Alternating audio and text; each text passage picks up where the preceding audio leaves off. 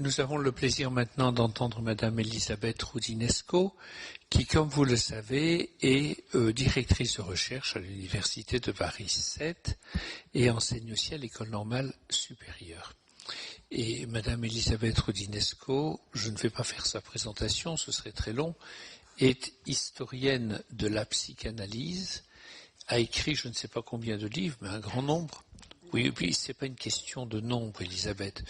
Et a écrit surtout un très grand ouvrage sur l'histoire de la psychanalyse qui comprend 3 tomes, mais ça a été réuni en un seul volume dont je conseille la lecture, qui parle de Freud beaucoup et de beaucoup de psychanalystes et notamment de Lacan.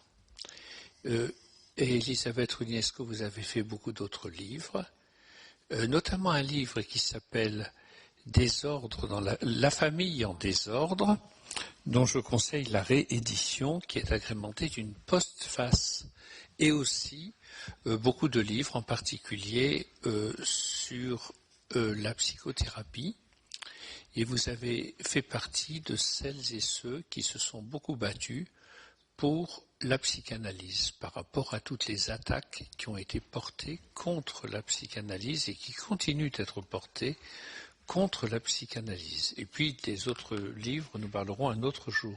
Pour le moment, nous sommes ici pour vous entendre, donc je vous donne tout de suite la parole. Et alors ensuite, nous aurons 2 rapporteurs qui vont s'exprimer, puis tous nos collègues. Voilà. Je suis impressionnée. Il ne faut pas être impressionné. J'ai toujours le trac quand je parle. Monsieur le Président de la Commission des lois, Monsieur le rapporteur, Mesdames et Messieurs les sénateurs, je vous remercie d'abord de m'avoir fait l'honneur de m'inviter à cette audition. Comme vous savez, j'ai déjà apporté un témoignage le 12 novembre 2012 à l'Assemblée nationale et depuis ce jour, les débats ont pris une ampleur étonnante et l'on a vu se déployer une très grande violence, non pas tant contre les homosexuels eux-mêmes que contre leur désir déjà exprimé de longue date et bien connu d'entrer dans l'ordre familial. Je suis favorable depuis très longtemps à cette intégration et donc à la loi qui permettra aux homosexuels de se marier et d'adopter des enfants. Mais comme j'ai eu l'occasion de le dire, je pense que le slogan du mariage pour tous, qui ne vous concerne pas ici puisqu'il n'est pas dans la loi, mais je voudrais le rappeler, ne convient pas.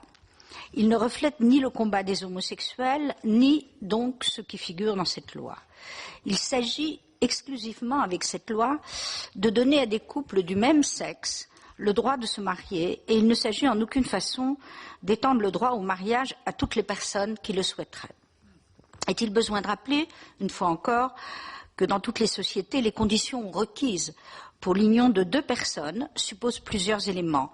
Prohibition de l'inceste, ce qui implique que l'on exclut du mariage les personnes d'une même famille, le père et la fille, la mère et le fils, les sœurs et les frères, et désormais, dans le monde occidental, les cousins.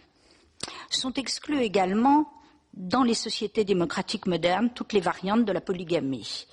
Dans des sociétés de droit où les relations sexuelles entre les personnes consentantes sont libérées de l'ancien carcan des mariages arrangés, où l'adultère n'est plus un délit, où le divorce est légalisé, il n'est plus possible de restaurer la polygamie, qui suppose la possession de plusieurs femmes par un homme ou, fait rare, de plusieurs hommes par une femme.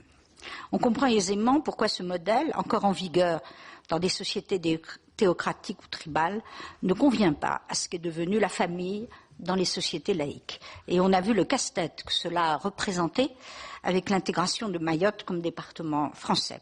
Elle y est interdite désormais, mais il a fallu tenir compte, bien entendu, de l'existence des familles polygames fondées avant cette interdiction. Ce qui veut dire que pour fonder une famille, il faut au moins un échange entre 2 familles qui existent préalablement et une liberté de choix, ce qui se traduit dans l'institution du mariage par le fait que 2 personnes, même si elles sont volontaires, ne peuvent se marier que si elles ne sont pas déjà mariées. Aussi, pour contracter un nouveau mariage, elles doivent préalablement avoir divorcé de leur conjoint antérieur. Je rappelle ça, je vais vous dire pourquoi, parce qu'on a tellement brandi des terreurs. Dans notre système, la famille ne peut être que composée d'un couple ou de ses enfants, ou recomposée, ce qui suppose toujours l'existence d'un couple. Pas de mariage pour tous donc. Et j'ajouterais que du point de vue de la filiation, le mariage n'est plus nécessaire, comme vous le savez, pour concrétiser légalement l'existence d'une famille. Les enfants nés hors mariage ont le même statut que les autres, ce qui est une avancée pour le droit des enfants.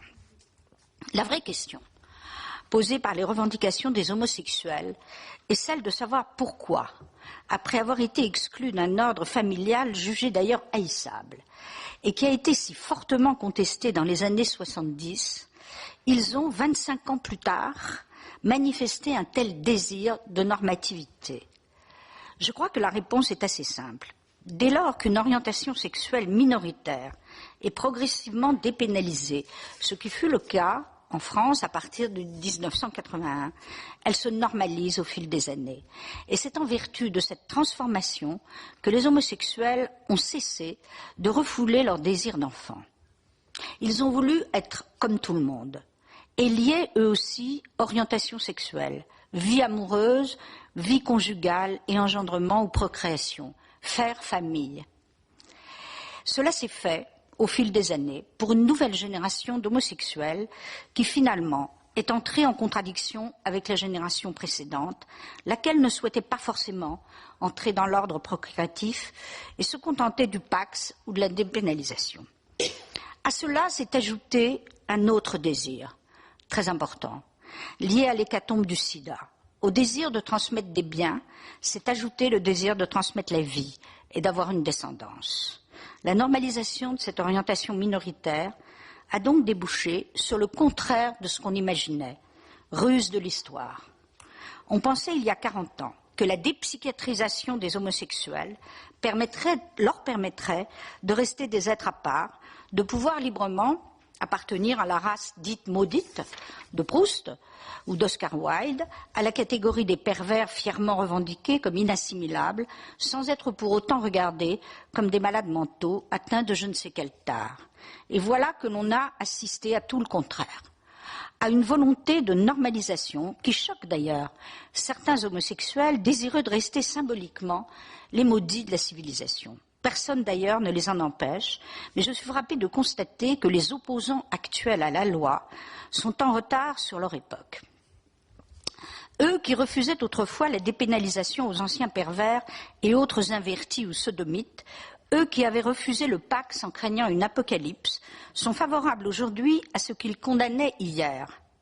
Ils vantent aujourd'hui les mérites des homosexuels bien visibles, voire travestis ou transgressifs, déguisés, maquillés, revendiquant leurs différences, et ils les préfèrent à ces nouveaux jeunes homosexuels, beaucoup plus invisibles, plus anonymes, dont les revendications normatives leur paraissent d'autant plus dangereuses.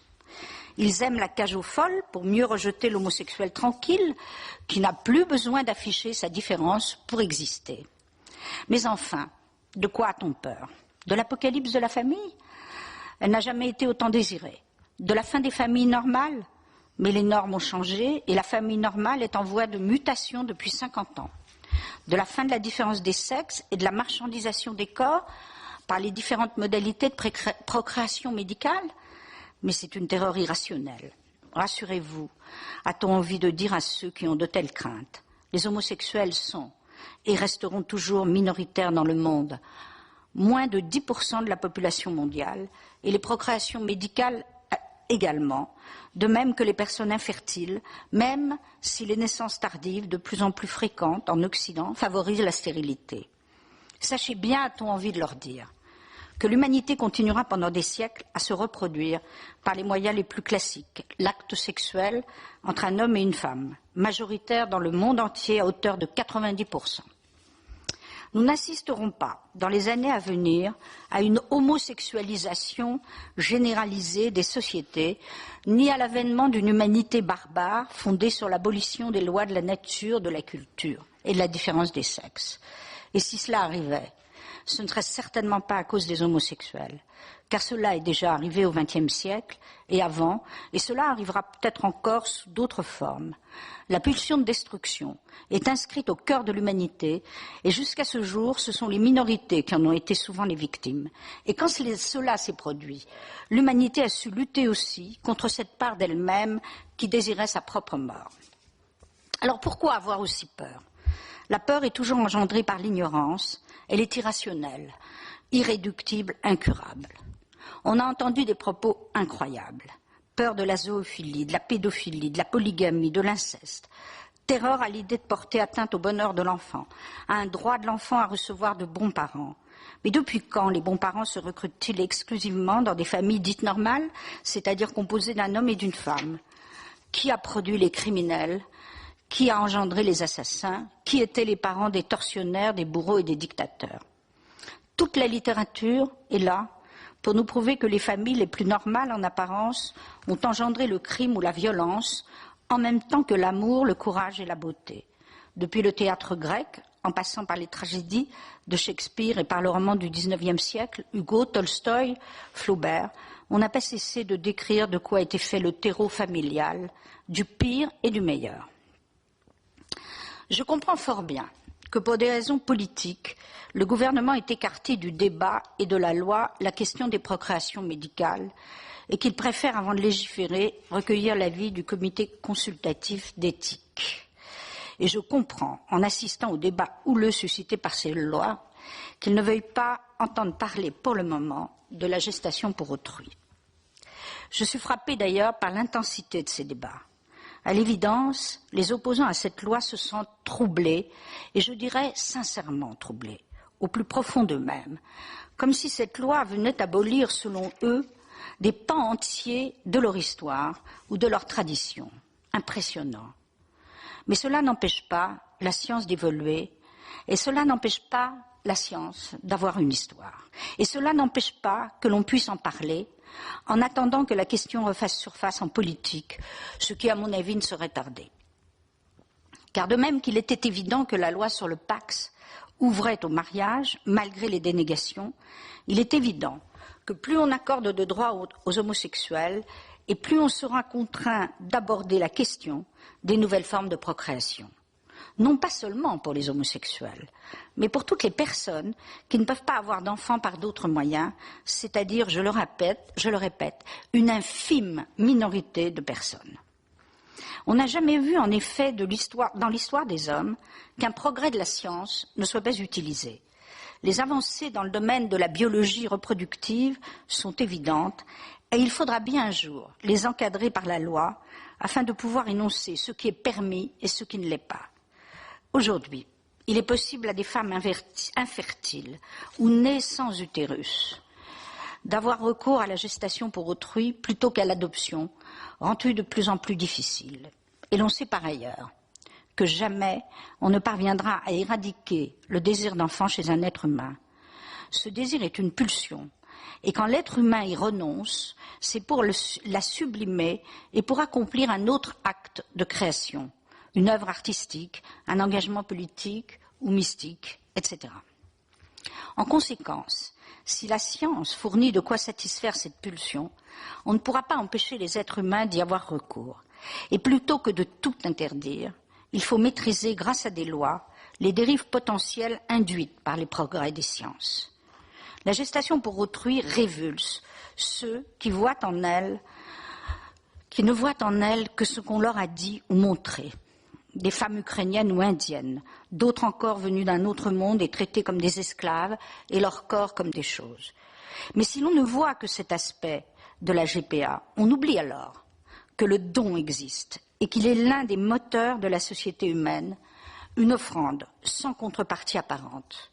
Que des femmes aient envie d'en aider d'autres, comme autrefois, chez les peuples premiers, des femmes portaient des enfants pour d'autres femmes, rien de plus naturel et rien de plus culturel. Et même si une rémunération existe, cela n'empêche pas le don. d'où la nécessité d'un rite, c'est-à-dire d'une réglementation, d'un choix organisé, permettant à des familles de se rencontrer, à des femmes de se détacher de l'enfant qu'elles porteraient, parce qu'elles en ont eu d'autres avant, et qu'elles souhaitent sauver les existences d'autres femmes. En se plaçant du point de vue du don, pratique ancestrale dans toutes les sociétés, pratique généreuse, à laquelle devraient songer tous ceux qui protestent contre la marchandisation des corps, on peut envisager qu'elle puisse s'inscrire dans ce qu'est devenu, en Occident, la famille nucléaire. Pourquoi pas? Et cela ne dérogerait pas à ce principe fondamental de toutes les sociétés, qui est que pour faire une famille, il en faut une autre. Et du même coup, pourquoi ne pas penser aussi à la possibilité de répondre à des demandes de couples homosexuels qui, de plus en plus, tenteront de fonder des familles en utilisant les moyens de la science. Pourquoi avoir peur? Ces techniques ne sont rien d'autre que la continuation de l'adoption par d'autres moyens, à ceci près que l'enfant n'est pas abandonné pour être ensuite recueilli par une autre famille salvatrice, mais qu'au contraire, il est désiré, ce qui est un peu différent. Je voudrais terminer avec une réflexion plus personnelle sur l'usage contemporain de la psychanalyse. Les psychanalystes, peu aptes, malgré de notoires exceptions, à penser leur époque comme l'avait fait Freud, se sont mis en position d'experts de la famille pour s'opposer à la loi. Ils se sont emparés du sacro-saint complexe d'Édipe pour expliquer qu'un enfant avait besoin, pour exister, de deux références, l'une masculine, l'autre féminine. On a parlé de père séparateur et de mère fusionnelle, en oubliant que la signification première de la référence de Freud à la tragédie d'Édipe est l'idée que le sujet est conduit par un destin qui lui échappe, l'inconscient. En aucun cas, cela ne signifie qu'un enfant aurait absolument besoin de la différence des sexes dans le couple parental réel pour devenir un sujet à part entière. Cette proposition est devenue le slogan d'une psychologie des bonnes mœurs au service d'une police des familles. Et de même, certains ont affirmé que l'homosexualité ne concernait pas la psychanalyse, puisque du point de vue clinique, elle n'existerait pas et ne serait que la traduction dans la réalité d'une bisexualité commune à tous les êtres. Peu importerait donc, aux yeux de ces praticiens, la question de l'acte sexuel réel, puisque nous serions tous freudiennement et cliniquement des homosexuels. En écoutant de tels discours, on se dit que les psychanalystes sont parfois les meilleurs ennemis de leur discipline. S'agissant de Jacques Lacan, j'ai entendu des déclarations extravagantes. J'ai ainsi entendu un débat entre un religieux et un laïc, un rabbin et un philosophe, tous deux se réclamant de la trilogie lacanienne du symbolique, de l'imaginaire et du réel, selon laquelle chaque sujet est soumis à la loi du langage, à des représentations fantasmatiques et à une réalité impossible à symboliser. Pour affirmer l'un son opposition radicale au mariage homosexuel, l'autre son adhésion totale. Il y a là une manière comique d'utiliser une théorie et de plaquer des concepts sur une réalité pour leur faire dire n'importe quoi. Autrement dit, je récuse l'idée que l'on puisse se servir d'une discipline quelle qu'elle soit comme d'une grille d'expertise. La meilleure façon d'hériter d'une doctrine, c'est non pas de lui être fidèle comme à un texte sacré, mais de lui être infidèle, c'est-à-dire de faire travailler la conceptualité, de la penser, de la modifier, d'en retracer l'histoire. Ni Freud, ni Lacan, ni aucun autre théoricien de la psychanalyse n'avait songé à cette nouvelle configuration de la famille qui est la nôtre aujourd'hui, pour la bonne raison qu'elle ne se posait pas à leur époque, alors même que la question des relations de parenté est bien au cœur de la doctrine psychanalytique, tant du point de vue clinique que du point de vue historique. Freud fut le théoricien d'une certaine époque de la famille occidentale, marquée par le déclin de la famille patriarcale et par la montée en puissance de l'émancipation des femmes et du droit des enfants qui accédaient au statut de sujet à part entière, en fondant sa conception de la famille édipienne sur l'idée que la mère est le premier objet d'amour et que cela se répète ultérieurement dans ses choix d'objets, que le sujet est habité par une conscience coupable et par un désir de meurtre du père, Freud théorisait la famille nucléaire moderne et non plus élargie comme avait été la sienne. Son objet, c'était la famille, traversée par les névroses, une famille déstabilisée, déconstruite, fragilisée, celle des débuts de l'ère démocratique et libérale. D'où la référence à Édipe. D'un côté, tragédie du destin, et à Hamlet de l'autre, conscience coupable, héros incapable de venger son père.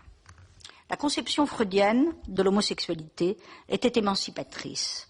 Freud était favorable à la dépénalisation et ne regardait pas les homosexuels comme des malades ou des anormaux, mais comme des sujets à part entière. Quant à Lacan, dès 1938, il théorisait bien autre chose. Une époque de la famille marquée d'abord par la Première Guerre mondiale, qui fut l'hécatombe des hommes, fils et pères, et l'avènement des femmes devant faire face à la mort en assumant des responsabilités civiles qui les conduisirent à une véritable émancipation, puis au droit de vote. Il théorisait tout autre chose que Freud. Une fois acquise l'idée du déclin de la figure du père, il théorisait l'avènement du fascisme d'un côté, qui prétendait revaloriser de façon grotesque la figure archaïque d'un père viril, le communisme de l'autre, qui prenait l'utopie généreuse de l'abolition de la famille. Et puis, après Auschwitz, c'est-à-dire après une guerre qui avait eu pour objectif final l'extermination d'une humanité jugée inférieure, hommes, femmes et enfants, Lacan prit pour référence de sa conception de la clinique et de la famille non pas Édipe, non pas les névroses familiales, mais Antigone, figure de l'absolutisation du désir, celle qui refusait de procréer, refusait d'être mère et épouse et se sacrifiait au nom du passé afin de donner une sépulture à son frère mort. Autrement dit, la conception lacanienne de la famille était très différente de celle de Freud, ce qui montre au passage que les guerres, les hécatombes et les massacres sont l'une des modalités essentielles de la transformation de l'ordre familial. On désire d'autant plus que les vivants se souviennent des morts, que ces morts ont perdu la vie trop tôt en regard de ce qu'aurait pu être une mort naturelle. Homme du XXe siècle, Lacan voyait dans la famille tout à la fois le seul creuset possible de la société, mais aussi, et beaucoup plus que Freud, le lieu de toutes les turpitudes et de toutes les déviances possibles, une norme nécessaire, mais le haut lieu de la fabrication des anormalités. Je tiens à dire pour ma part qu'après avoir écrit un livre sur la famille et étudié les différentes modalités de procréation, et surtout après avoir lu un nombre impressionnant de ces fameuses expertises socio-psychologiques qui montrent que les enfants d'homosexuels ne sont pas différents des autres enfants, à niveau égal de milieu social et intellectuel, des milieux aisés en général, j'en ai conclu qu'il ne fallait pas expertiser la condition humaine. On peut évaluer l'efficacité d'un traitement médical, on peut expertiser la solidité d'un pont, on peut et on doit, dans le domaine des sciences, appliquer un principe de précaution. On peut et on doit se livrer à des expérimentations. Mais, fût-ce pour la bonne cause, et fût-ce pour prouver ce que l'on sait déjà, que les enfants d'homosexuels ne sont pas plus perturbés que les autres, on ne devrait pas prendre l'existence humaine comme objet d'expertise. Et de même, pour les enfants nés de la procréation médicale, seule la loi, c'est-à-dire la définition par le droit de ce qui est autorisé et de ce qui est interdit sous peine de sanction, est une avancée de la civilisation sur la barbarie. Et c'est ce que pensait Freud en 1930, et c'est ce que ne pensent plus ses héritiers aujourd'hui, hélas. On ne peut pas éternellement interdire ce qui relève de la science, car alors les dérives seraient plus terribles encore que ce que l'on voit aujourd'hui. Soyons humains, soyons généreux et rationnels, et posons-nous de vrais problèmes éthiques à partir d'une réalité qui ne doit en aucun cas susciter des terreurs, mais des solutions rationnelles. Sachons aussi qu'aucune doctrine, aucune expertise ne saurait donner aux humains imparfaits que nous sommes la solution miracle pour fabriquer des familles parfaites, capables d'engendrer des êtres parfaits et sans la moindre défaillance. Je vous remercie.